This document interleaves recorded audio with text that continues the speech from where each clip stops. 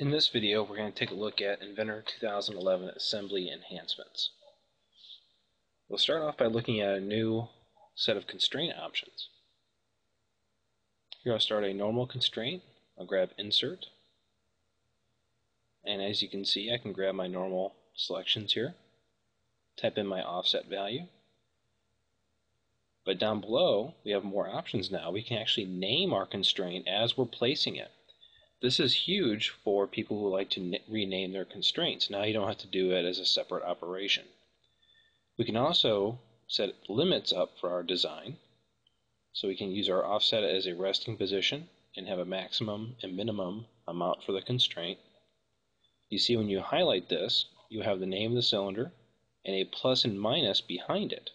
Then you know that that is a limiting constraint. As you pull on the constraint item, you can see that it will return to its resting position.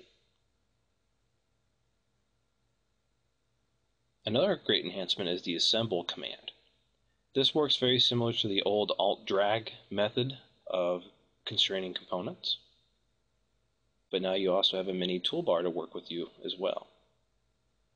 Selecting geometry automatically prompts you for types of constraints that make sense to the type of geometry selected. If you are on part or component priority, just selecting the faces and edges will not work. You have to be on faces and edges in order to select the assemble command.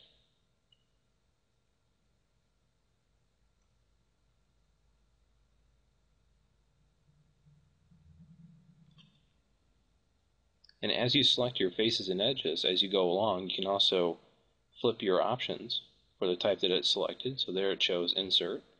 You can also cancel it if it wasn't what you wanted.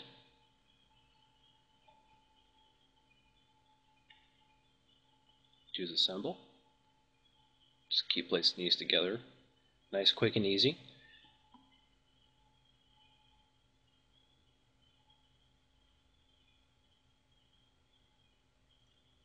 This command is also intelligent enough to know if you have a conflict. So in this case, if I were to pick the green part first and try to assemble the green part to this peg, it's actually removing the green part from its position. So if I try to apply this, it's going to tell me that I am deleting or causing a suppression in a constraint. I need to do something about that. Instead of performing that operation, I'll cancel it and just choose my peg first. You always want to choose the unconstrained component first. And of course you can still assemble traditionally.